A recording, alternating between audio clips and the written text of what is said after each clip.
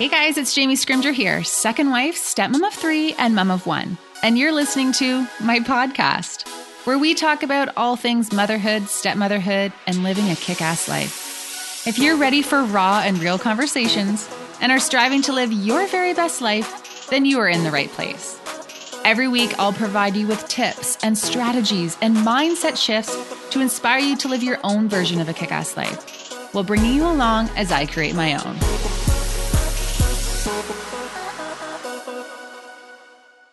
So this week, we are diving into a topic that is real for so many, and one that is accompanied with a lot of shame and a lot of embarrassment. As you know, I like to talk about things that most people won't, and this episode definitely falls into that category.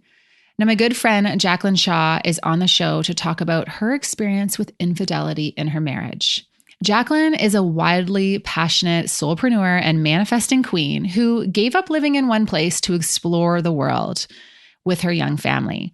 She is known for her real AF approach to life and business and for sharing her hard truths, like her husband's affair. Jaclyn believes that every single woman gets to choose the next part of her story and that every single woman has her own unique path. We are not designed to do life or business or marriage or motherhood the same.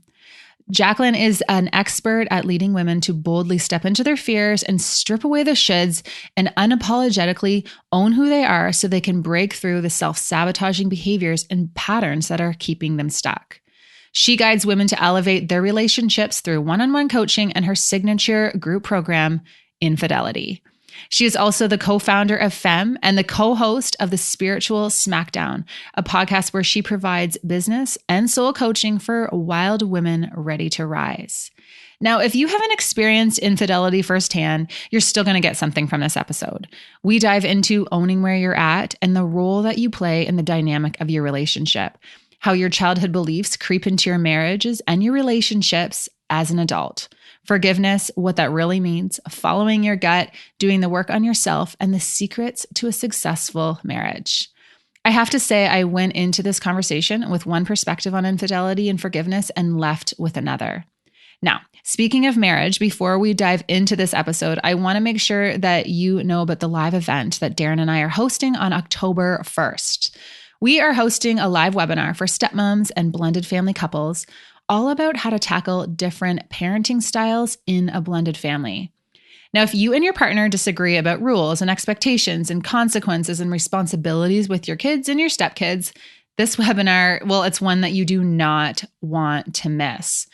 We are diving into the nitty-gritty of our parenting style differences and how we've overcome them to parent as a united front. Now, that does not mean that we agree on everything. It's not even close to the truth, but we do have strategies and mindset shifts and systems in place so that we can show up as a team for the kids and not have these disagreements affect our relationship. And we're going to share them all with you. So the details for the webinar at www.jamiescrimger.com/live webinar. Now there is limited space, so be sure to secure your spot ASAP. All right, let's dive into the episode.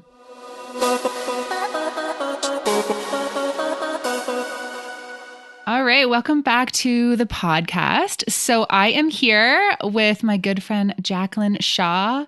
So you know what I'm going to do? I'm going to have you give your elevator pitch, like give us the lowdown on who you are and what you've got going on. Oh man, where do I start? Because I have lots of balls going over here. But so I have For the Wild Femme, where I do a lot of business coaching, a lot of soul coaching. We have the Spiritual Smackdown podcast, which is really just sharing hard truths with other women, sharing, experiences that we've gone through.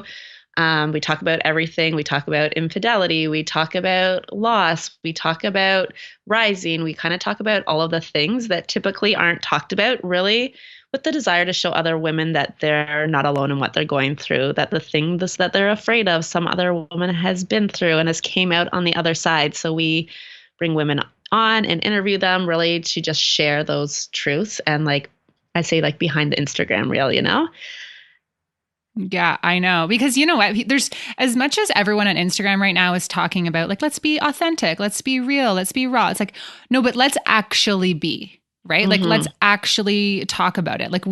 I think it's so many people are craving, People are craving the realness that's coming out on Instagram right now, but people are craving even more. Like everyone is going through shit, and like, let's dive into it because it makes you realize you're not alone. Yeah. And that's what for us, like the podcast is really about because still on Instagram, like you only have so many words in a caption, there's only so much you can share there. But in the podcast, I find it's a great platform and way to connect with our audience, to like really share that real shit. Mm-hmm. I absolutely know. So when it comes to our conversation today, I want to talk about your marriage and infidelity and all of the things that you talk about, because that's some real stuff that people are going through. And you talk about it in a way that is a little shocking because you're so exposed and you're so raw, but it's so helpful. Like even in my marriage, we haven't experienced infidelity. Well, I think we haven't. I'm pretty sure we haven't. But even reading your captions, it really has helped me have perspective on my own marriage. So I want to dive into that today. Are you cool with that? Yep. I love to. Awesome. So you talk about marriage smackdowns. Like when you say marriage smackdowns on your podcast, like what does that mean? Like what are you talking about? Yeah. So for me, when I was pregnant, when I was 3 months pregnant with my second daughter, my husband had an affair and he left. Like he left my entire pregnancy with my daughter. He was living with another woman, and it was, obviously like a very crazy and emotional time for me. I was pregnant, but in the beginning, all I felt was this like dirty, shameful secret that like I couldn't tell anyone. And I felt so alone. I literally, when I found out, I hopped on a plane and went to Florida with my son and had this like Instagram perfect like vacation it looked like. And I lost 10 pounds in 10 days. And I was like, had no one to talk to, no one to turn to, because I was like, I think shame is the only way to describe it, was like, oh, what are people going to think of me? What are people going to say if like, what does that say about me if my husband had an affair? I'm pregnant. And through that 8 months, there was so much growth for myself and so much I learned about, my capacity to love, and so much I learned about marriage. And my husband and I ended up reconciling when my daughter was about 6 weeks old. And so there's been a lot of learnings and a lot of things we've worked through there. But I really share about my journey because, like you said, I know that we can all learn from people's journeys. And whether you've experienced infidelity or not, there's other things in your marriage that you've experienced that you can probably feel a piece of in my journey. Yeah. And here's the thing about those conversations. They're almost like you're talking about shame and embarrassment. But why are we embarrassed when we're all just humans? And all of us, everyone's screwing up, everyone's making mistakes. Like there are times when we've all done things or been involved in situations that we didn't think that life was going to turn out that way. And that's why, again, I think it's so important and so great that you're talking about it, because I don't think there's anything actually to be embarrassed about. I think it's great that you're having these conversations to normalize it and not say it's okay and be like, yeah, you know what, everyone go have an affair, you can recover, this is what happens. It's like, no, let's just be honest about what we're all going through in life and talk about ways in order to plow through it and to learn from it and to move forward. And that's exactly why I share. It's that, okay, so the reason why I think there's so much shame around it is because it is not talked about. Right. So it's really hard to process. And I talk a lot about transitioning from this like victim mentality and this victim mindset of like, oh, this happened to me and my husband did this. And this is like, for me, I was really able to separate like, okay, this is his actions and it's actually not about me. Like, this is not like, I am not a victim here. And I have the choice of like how I respond here. I have the choice to like remain as a victim and feel that way, or I have the choice to like use this as an opportunity for me to grow and for me to learn. Mm-hmm. And so how did you get from, a divorce lawyer's office back to a place where, your marriage is good, you're feeling happy and you're, moving forward? Like, obviously you can't explain that in a podcast episode, but like, how the hell does that happen? Because, I was talking, my husband and I were talking about affairs the other day, and I said, I feel like if you had an affair, I'd be in jail in some way. My reactions, I'm like, how do you even control your reactions? And obviously I'm joking, but kind of not. Like, I don't think that my reactions would be, I don't think it'd be good. Oh, I was definitely like, mine would not have been good if I wasn't pregnant. Like, being pregnant was like probably a savior for me because I couldn't, drink. I couldn't like have this rage. There was, yeah, there's complications with my daughter too. So I really knew that I had to take care of myself or like for her. And this is the thing is like, we always think like, okay, I would react this way. Or like I said, I would never put up with that. I would never continue a relationship if there is an affair. And then the situation came up and I felt completely different. And choosing to reconcile and to stay in my marriage is actually the way harder choice for me than being like, okay, like divorce lawyers. And we were literally in divorce lawyers offices. We were at the point like, this wasn't just like this like tiny affair where I found out and then he was sorry and we were like, okay, let's just like, pretend it didn't happen, which like in the beginning I was actually willing to do because I just didn't want it to happen. I didn't want people to find out. But we went through a very big, like for 8 months, he was living with someone else. There was a period of time there where we completely were cut off communication. Like I was blocked from his phone. There was like no text messages able to go through. And we had a 2-year-old son. I was pregnant. So like having no communication with that person was like a big thing. And yeah, we were like every single person when I was like, yeah, I just don't feel this is the end of our story. I don't feel like this is the end of our journey. Thought I was fucking crazy because they're like, he lives with someone else. He is like seen a divorce lawyer. Like you have lawyers, like this is it. And I just kept, I don't know, I just kept having this like inner knowing and I just kept believing it. But it wasn't like this open invitation for him to like always like, hey, come back whenever you want. It was just this like feeling that I had inside myself. And all I kept calling to do at that time was to do my own inner work, to like really dive into a lot of soul work. And for the first time in my life, I started to meditate. I started to journal. I started listening to podcasts. I started to read a lot of books about growing myself. And I really started to learn a lot about, things that I didn't really believe in before, things like unconditional love, things like true forgiveness. I thought forgiveness was this thing where someone said sorry and you were like, yeah, I kind of forgive you. I'm going to say I do, but like, I'm going to hold this like and harbor this resentment and anger. I started to do a lot of work on myself to change my perspective and to really understand like the power I had, where I was able to like choose how I wanted to show up as a woman, as a wife, as a mother. So that was all happening while you guys were split. And then how Yeah. did you get to the point where you guys decided to get back together? Like you couldn't text him and say, like, what happened? So this was really interesting actually, because yeah, basically just the more I kept showing up for myself, he started to feel that energy. Like I could see him kind of softening when he was coming to spend time with our son. And then he asked me one day when he was there why I was still wearing my wedding ring. And it was actually the first conversation we had really had. And he was sitting there and I could tell he was kind of, before we got to that point in the conversation, he had actually went away for 3 weeks. And I was like, okay, I'm going to just stop fighting. I had kept asking myself, what do I want right now in my life? Whether him and I get back together or not, I was like, I want peace. So I decided I was going to take actions towards feeling peace.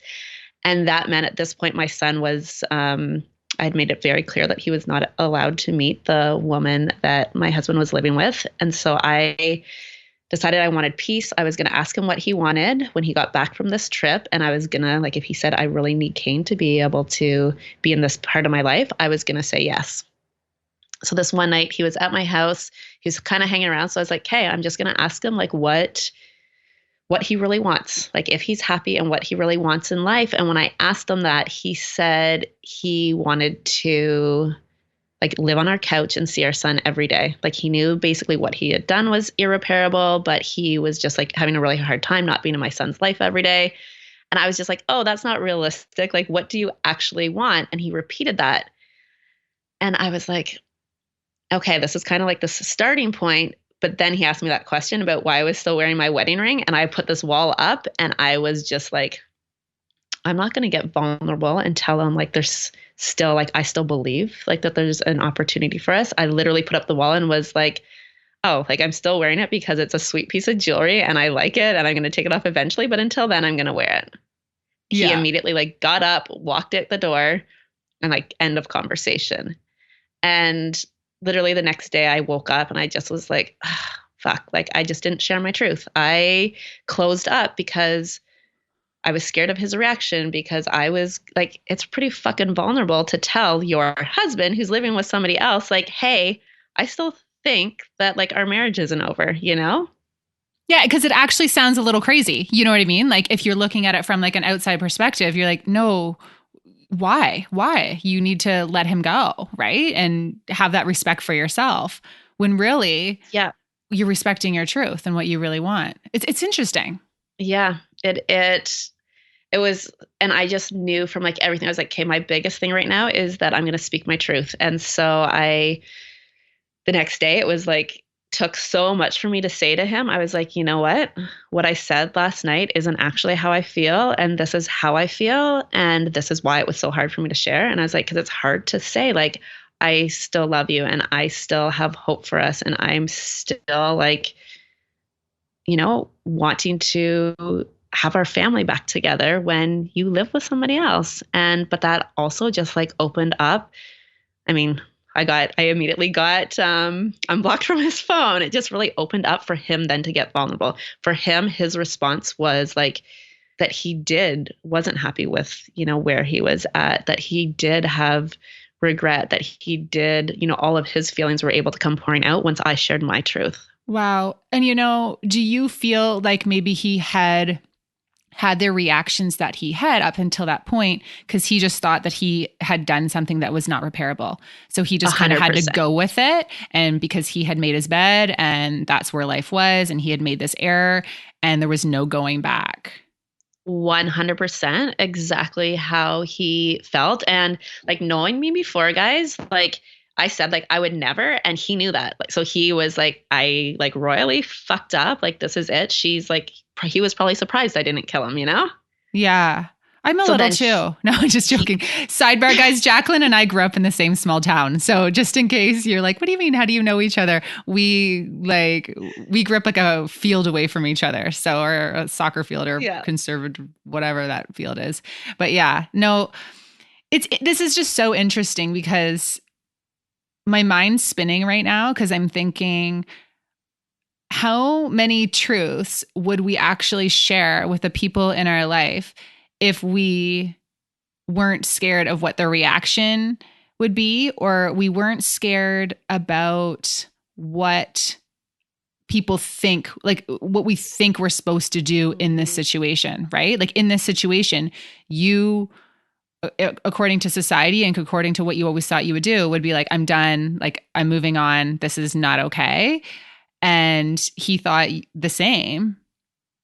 But now that you were able to speak your truths, like everything changed. Like the whole trajectory of your life changed because you pushed through that fear. Yeah. And then I had to keep pushing through that because it wasn't like from that, it didn't just be like, okay, let's get back together. And that was easy. Then for still another, oh man, like we didn't get back together till after my daughter was born. So that was still 3 months later. There's 3 months later of a lot of trying to kind of figure out the pieces. I mean, he was living with somebody else. He was fully in another relationship. So there was figuring out a lot of pieces going back and forth. He was super scared about us getting back together and thinking, okay, she is going to resent me forever. She is going to hold this over my head. It's our whole marriage. Every time we get in a fight, it's going to come up. She's going to do it to me. Like he had a lot of real fears around that as well. And so there was literally that constant commitment just to keep showing up, keep sharing my truth, even that when it was like scary and hard. And it might sound like, okay, you're supposed to be able to share those things with your husband and be vulnerable. He had literally never seen this before in me, and even in our marriage, even when we were like happily married. Mm-hmm. So it was definitely a whole new realm for us. Do you feel like the person that he cheated on and the person that he married is completely different than the person he got back together with? 100%. Yeah, I know this sounds crazy for people, but this literally was probably the biggest blessing in my life because I had kind of always dabbled in a lot of the stuff that I do now, a lot of the things I coach on, I had dabbled in some soul work. I had dabbled in like, I always kind of had this like knowing, but I just kept shutting things down. I kept being like, oh, checking off the boxes. Like, okay, you have a business that's successful. You are living in this like great home downtown Toronto. Like you have a great, like, I just kept kind of checking off the boxes, but I wasn't feeling fulfilled. And We through do like those personal development things. We're like, oh, we're doing the personal development. We're writing what the things we're grateful for. Like we're doing all the things that they say on Instagram that we should be doing to be successful. But it's like, are you really? Yeah, I was toe dipping in all of it. Like I was like toe dipping, meaning I just wasn't like I was very surface level. I wasn't going beyond. Like I wasn't really getting into the depths of like what I feel like my soul is here to do and to teach. And now being able to guide other women in this realm has just been like it just fulfills me and gives me so much life that literally just can't imagine not being in this position now. Yeah. And so when you're coaching other women, what is that? Is it around relationships or finding yourself, or what kind of support do you offer? Yeah, I have. So through FEM, I do a lot of soul coaching, which is mostly just like personal. It's like working through your own shit and spiritual smackdowns. And then I also do a lot of one-to-one work where it stems a lot in relationships to begin with. And it really, I feel like when you do this type of work, it shows up in every area of your life. Like when you're choosing to up level, when you're choosing to dive deep and take ownership of your own shit, it's gonna impact your relationship. It's gonna impact your relationship with self. It's gonna impact your business. Like I used to really compartmentalize things, but to be honest, I think when we do our own work and take ownership for that own, like our own part of the story, we just expand in all areas of our life. So yeah, a lot of my one-to-one coaching does revolve around relationships. And I'm just about to launch a group program where we specifically dive into infidelity, which is something new for me. I've coached a lot of women through infidelity, but doing it in a group program like this is really for me, again, back to the beginning, is to have women together come together and to share their stories and to take that piece of shame away, to take that stigma away, to let other women know that they're not alone in what they're feeling, experiencing, and going through. Yeah. And no matter what that looks like, because every situation is going to be different, right? Everything is different. And I don't think like, yes, my husband and I made this choice to get back together. And like I said, like my relationship's my biggest teacher. So I'm learning and growing through it every day. But I also don't think that's the choice for everyone. So it's not like, okay, you come work with me and I'm going to teach you how to heal your relationship and that you have to choose your relationship. It's healing yourself. Because whether you had the affair, whether your partner had the affair, like we all have our own healing work to do. And I really believe that we each play a role in the experience of infidelity. So, what did your husband's affair teach you about yourself and how you are showing up in your marriage? Because you've talked on your Instagram about how you take some ownership for how your marriage went down. And so, can you unpack that for me? Yep, because I mean, I believe that we only get to control our own actions and our own piece in it. And like I said, I really believe we all play a part in it. So how was I showing up for myself? Where was I blocked off a lot? Where was I closed off? Like I mean, just briefly to touch, and we had experienced in between my son being born and getting pregnant with my daughter, two really late term miscarriages that we never spoke about. I never shared my feelings. Like I had never gotten vulnerable with him. I never created a space where we could communicate with each other. So when I say like that, I played a role in it as well. Like I don't think I was showing up as my best self in our marriage. And so when I did a lot of this work for myself and just constantly choose every day that I'm going to have the hard conversations, that I am going to show up for myself. And like we have hard conversations all the time, like literally just like Monday night before my husband left to go away on business again. Like we had a hard conversation. I don't shy away from them anymore, which I really did before. I used to just kind of like live in this like perfect bubble and everything's great. And when things aren't, you don't talk about it. And that causes a lot of like, I don't even know, like it just causes like a loss of connection, I'd say, when you're not willing to share those pieces. Yeah, for sure. And when you say that, do you think that stems from us growing up in that small town and how everything was portrayed? If you really think about just even it's growing up, I know the way I grew up, you didn't talk about how hard things were, or you didn't talk about things that you were struggling with ever. Like there was just this perception that everyone had it all together and everyone's life was perfect. And there wasn't a lot of truth sharing. I know in my house, and your house wasn't far from my house. I can imagine kind of, the different, it would be different, but very, very similar. Do you think that came from just like our childhood too, just not opening up that way? Yeah, I think it comes from everywhere. I think it comes from our childhood. I think it comes from what we see on social media. And I was always like the strong person. I was always the strong person. So having like, even in terms of my miscarriages, I thought I wasn't allowed to be sad. I thought, okay, I already have a healthy son, so I don't get to experience that feeling. So like I would never like talk about that with my husband. So I was like bottling a lot of stuff inside as well. And I mean, I just don't think you can go on life like that. So I think that's where I say, like, okay, like I have my piece in it too. It's just like, how can I heal those parts? How can I heal these wounds that I've been carrying around from childhood, these stories I've been telling myself? And that I find comes up in a lot of the coaching I do with women, because we have this tendency, I feel like, as a society. I was even reading this book the other day that was like, if you're a woman who's been cheated on, and I was like, whoa, whoa, whoa, like, let's hold up. Like, my husband had an affair.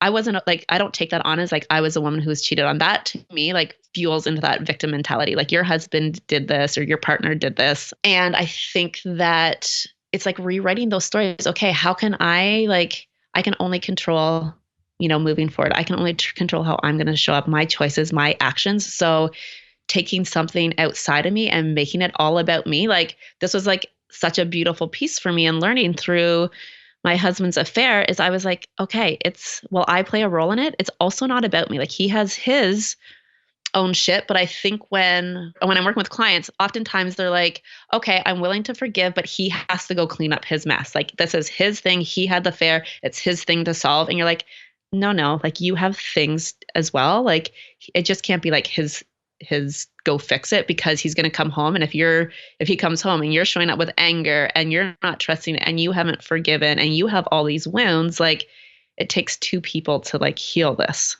Yeah, for sure. And now how do you get trust back when you're both, when you decide, okay, we're going to work through this?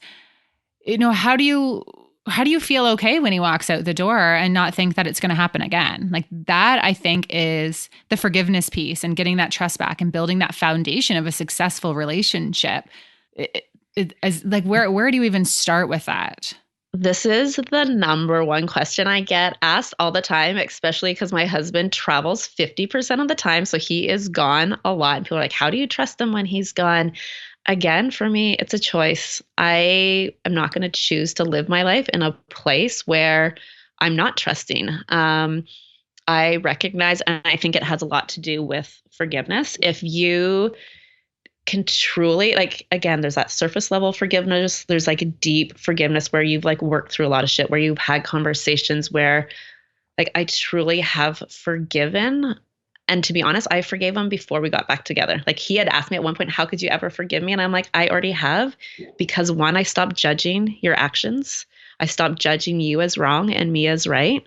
I started to see where we both contributed to this, how we've both been able to grow, where, I mean, my marriage is in a much stronger place now. But at the end of the day, it's choosing to trust, because I'm just not going to choose to live my life in another way. Mm-hmm. Like, I'm not going to worry about something that like, and here's the funny thing is that, okay, my husband's had an affair. So I get why people are like, okay, so how do you know he's not going to have another one? Well, I never thought he was going to in the first place. So like, Jamie, how do you trust your husband? Because he could go have an affair in a month or in 5 years. Mm-hmm. No, totally.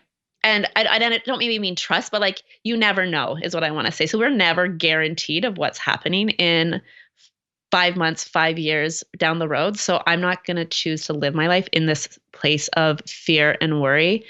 When I've chosen to stay in my marriage, we've done a lot of healing work.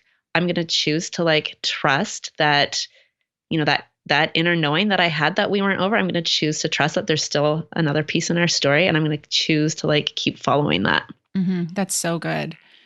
So when did you decide to share all of this? Like, when did it become a topic of conversation?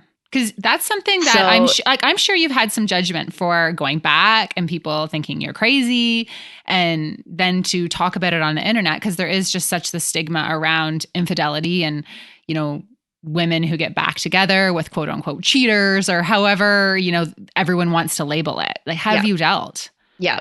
To be honest, I haven't got a lot of negative. I get women reaching out to me that's like, thank you so much. And you've helped me. And like a lot of women who like, I've never shared with this before. So while there's, I'm sure, haters out there, people talking or people being like, why the fuck is she sharing this? They don't respond to me. So I don't, it's like not in my face.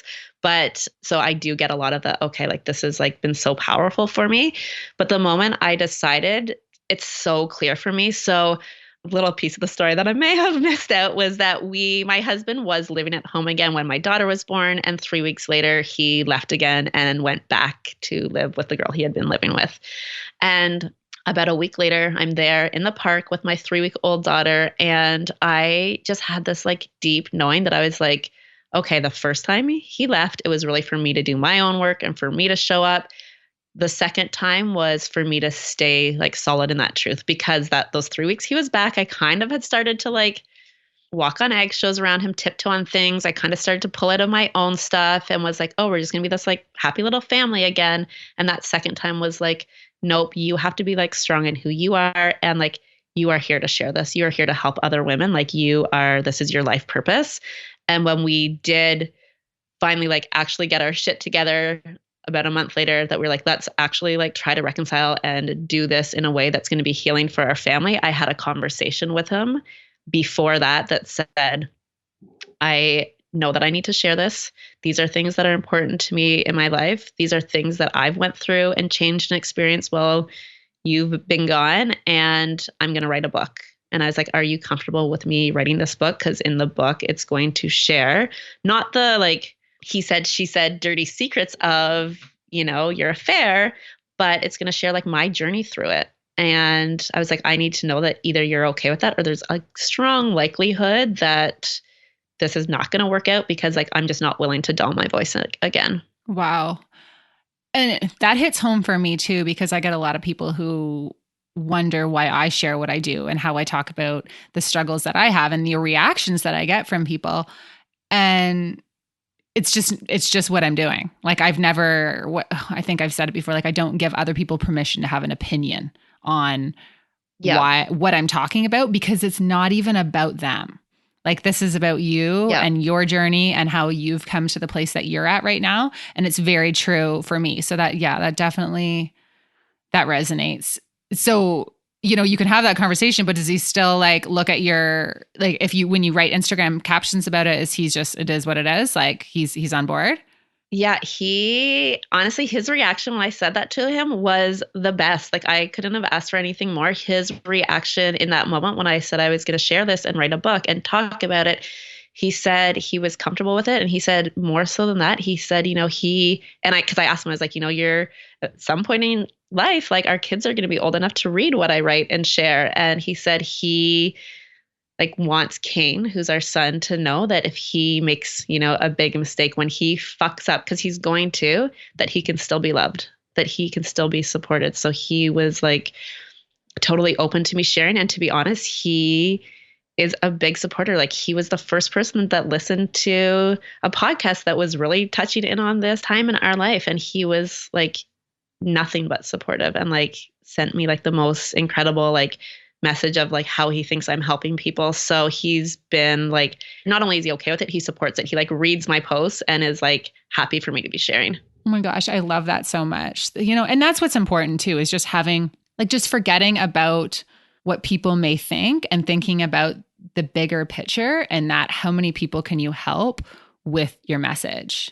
Mm-hmm. And I think that's similar for you and I, right? Like when people are like, okay, like, why are you bringing this up? Why are you talking about, well, when we were going, like when I was going through this, when you became a stepmom, like I couldn't, like I felt alone. I didn't want other women to feel alone. Yeah, absolutely. And that's definitely the mission behind what I'm doing and why I talk about the things that I talk about. Wow. Honestly, even just talking to you right now, I think my mind is spinning just because it's definitely changed my perspective on infidelity in one conversation. Because like I said at the very beginning, maybe I wouldn't be in jail if something happens, right? Like maybe it wouldn't be so black and white.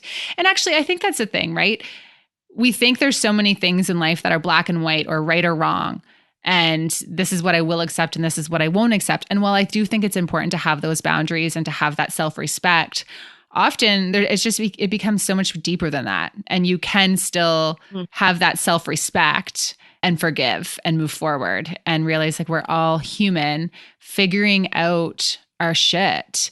And when you're in the process of doing that, sometimes we don't make the best decisions. Yeah. And we're all humans navigating a lot of hard shit. And I think we underestimate like all the things that we are juggling and navigating and the stresses that come in, and we just all think like, okay, Susie and Jerry have this perfect marriage. So like, why isn't it so easy? This was like literally a thing that Craig had felt in the beginning when he was like starting to not feel happy and starting to like not feel certain things. He was like, well, everyone else feels that. So there's obviously something wrong in my marriage if I'm not like feeling this way every single day, when I walk in the door from work. And again, I think it's just like, I think the more that we have hard conversations, the more we can like deeply connect with our partner, and the more that I don't want to say like safeguards your relationship against infidelity, but like that's where you get to show up with ownership of like, okay, where am I not showing up? Where am I not like being the best in my marriage as well? Mm-hmm.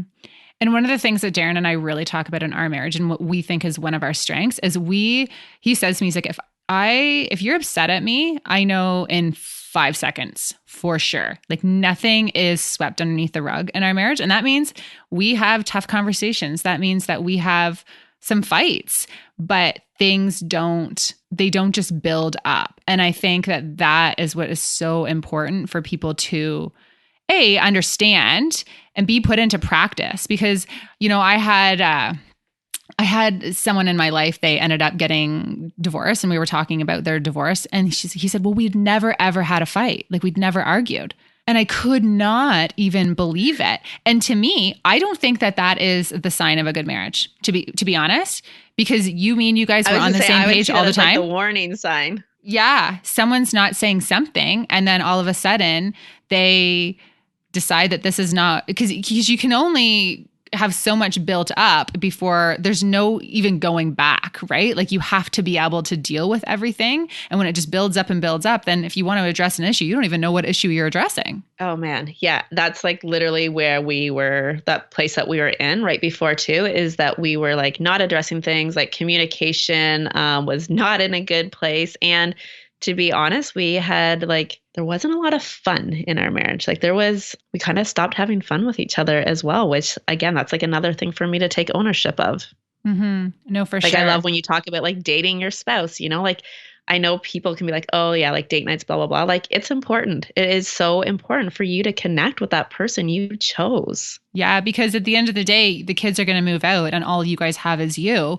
And if you haven't had fun or haven't had these common interests or can't communicate with each other, what do you have then, right? Just a very, very empty marriage. So to bring it back, so let's talk about if you are giving advice to people who are married right now, how do you have those tough conversations? Because I think that's what makes people scared. How do you bring up something that's really bothering you? Like, do you have any new strategies now that you have implemented so that you and Craig can have those tough conversations? Because it's not easy. Yeah. So we both also have like very fiery emotions. So what works for us is we just know that we're going to have the hard conversations, but we pretty much like schedule the time for it. Like we don't have it in that moment because we can both be super fiery. So we're like, hey, can we like talk about this tonight? Or can we talk about this tomorrow? Like we just like kind of prep that other person. Like there's something here that needs, communicated, brought up, dealt with. And we just don't shy away from it. Yeah. And be okay with the fact that that conversation might not go the way that you planned. Now, one of the things that Darren and I have done is I will go in with a disclaimer, and I've talked about this a lot, but I'll go in and say, I don't need you to agree with the fact that I'm feeling this way right now. I just need you to respect the fact that this is the way I'm experiencing things right now. Because I think that's also really important because you have such different lenses and look at situations with such a different perspective. And there really is no right or wrong experience around it because that's my truth and that's his truth. We just need to respect that that's where the other person is at. 100%. I would say that's like really like when I say our hard conversations are very much based on like, okay, this is, you said this earlier about perspective. Perspective was another gift that I really learned going through my SmackDown and really going into those hard conversations with this is my perspective, this is how I feel versus like this is how you are making me feel, or like putting that blame outside ourselves. It's each of us meeting at that conversation when we're not in this emotional fire and really meeting at that conversation with taking that ownership of where each of us are at and how each of us are feeling. Yeah. And the other thing that just popped in my head is before when Darren and I first got married, or yeah, it was before when we just got married, we did some counseling. And so I went to therapy and just kind of worked through some stuff because things from my childhood were creeping into, I just really wanted to have this healthy relationship, but I didn't realize, my parents' divorce and things that I'd gone through and the way that I was raised was creeping into my ability to show up in my marriage. And I don't think we give it enough credit on how much that past influences the way we're experiencing things that our partner does. And so often they don't have that intent, but it's our lens and the way we've experienced life up to this point that makes us perceive certain situations in a certain way. Does that make sense? Oh, big time. And this is a lot of the work that I dive into with my clients. I dive into like a lot of our conditioned behaviors, things that we're bringing in from childhood. This is where my clients get the most breakthroughs because we actually strip away and break through the things that they, again, taking ownership of the things that they're showing up with. And most of that for a lot of us is like either beliefs that we have that are not true. And a lot of that does stem from childhood. A lot of it does stem from past relationships. And really, that's why I'm saying like the work that I do going forward and through Infidelity, the group coaching program I'm doing isn't about, okay, like healing your marriage and choosing to stay in your marriage. It's healing yourself. So you don't, even if you leave your marriage, it's that you don't bring that into your next relationship, that you actually heal yourself, whether they're childhood wounds, whether they're from a relationship, whether they're from teenage years, 20s, whatever it's from, like you have to show up and choose to heal yourself. Or what happens like is that these reoccurring patterns come in. So then you get in that next relationship and the same issue comes up, Mm-hmm. When Craig and I were working with a marriage counselor, he was basically like, okay, either you guys like deal with this here. He's like, or I'll see you each in 5 years with new spouses going through the exact same shit. Because if you're not going to like, this is the thing. It's not just your relationship. It's each one of you, how you show up and what you take ownership of. Yeah, for sure. And I'm a big believer that we're all here to, however you want to word it, but everyone has lessons that they need to learn. Like I know what my lesson that I really needed to learn, and I'm still learning it, but I've come a long way. I know what that is. And I find myself in situations time after time after time that I have to act in a certain way. Like I have to implement that lesson. And before I was really able to understand what that was, I kept finding myself in these situations because I wasn't ready to do the work on it. Right. So if you can hide something or you walk away from something, whether it be a relationship or something at a job or a relationship with your family, if you don't deal with your stuff, you're going to find yourself in very similar situations until you're ready to deal with it. Like that's why people are seeing the same patterns in their life over and over and over again. You have to do the work and it's on you. It's not about all the things that other people are doing in their life to impact you. It's about how you're responding in the situations that you're putting yourself in. And that's based on your own lens. And that is like, that was my whole learning and growth through this like time in my life. And that's why I say I'm so grateful for it because I definitely like the lessons that I was there to learn through that experience. One, I learned the capacity, like the depths of like, I truly didn't believe like I could love at the depth that I do. I didn't think there was enough room in my heart for like to have the same amount of love for like my kids and my husband and like I thought love was like this limited thing that you could give. I really learned that I couldn't control everything, that like I had to learn how to surrender and know that I can only choose and control like me. I can only choose how I'm going to show up. And those were like two big lessons for me, as well as forgiveness. Like, again, I was definitely that person who always held grudges, who never could forgive. And now that's what I teach people on is like how to find true forgiveness, because forgiveness is really about like you. If you're going to stay in a place of not forgiving, like the only person that's going to like keep showing up in is like your own life. You're going to keep showing up with anger, resentment, not trusting. So forgiveness is actually a gift to yourself. Oh, absolutely. And I feel like empathy is huge in situations like that too. Like I know I'll talk about situations in my life and I'll say, put yourself in their shoes, or the way that they're looking at the world, or the way they're experiencing things, or what are they going through right now that's leading them to act in that way. And there's so many circumstances where my friends have said, how do you even look at it like that? Or how do you look at situations like that is really big of you? And I said, I don't even know if it's big of me. I just know that we're all dealing with things, right? And I hate using the word journey because I feel like it's so overused, but it's true. We are all on our own journey of just like figuring things out. And if we can just approach everyone with a little bit of empathy and understand that we're all going through something, it goes a long way. It's just for your own sanity. Yep. I was literally took the words out of my mouth. I was just about to say that compassion goes a long way, and it goes a long way for other people not feeling alone, which, I mean, we keep coming back to that of sharing our truths and sharing our experiences and leading women so that they don't feel alone. Yeah, I love it. Well, thank you so much, Jaclyn. You know what? It was great because I feel like I haven't caught up with you in a while. So I've got the lowdown. I know what's all going on. It felt kind of crazy to not be catching up over a glass of wine, though. I'm not going to lie. I know. We should definitely have alcohol involved next time. Okay. And that's actually great for healing too, and perspective. Definitely part of the package. Anyway, thank you so much. I'm going to link all things, your podcast and everything that you've got going on in the show description for everyone. And I'm very confident that people listening are going to get a whole lot of aha moments from this chat. So thank you. Yes, I'm sure that they will. And thank you so much for having me. Okay, guys, if you like this podcast, please do me a little favor. Take a second and subscribe on iTunes, and then screenshot this podcast, give it a share in social media, and tell your friends what you think. And hey, don't forget to tag me so that I can thank you for helping me spread the word. Thanks so much, and I will talk to you next week.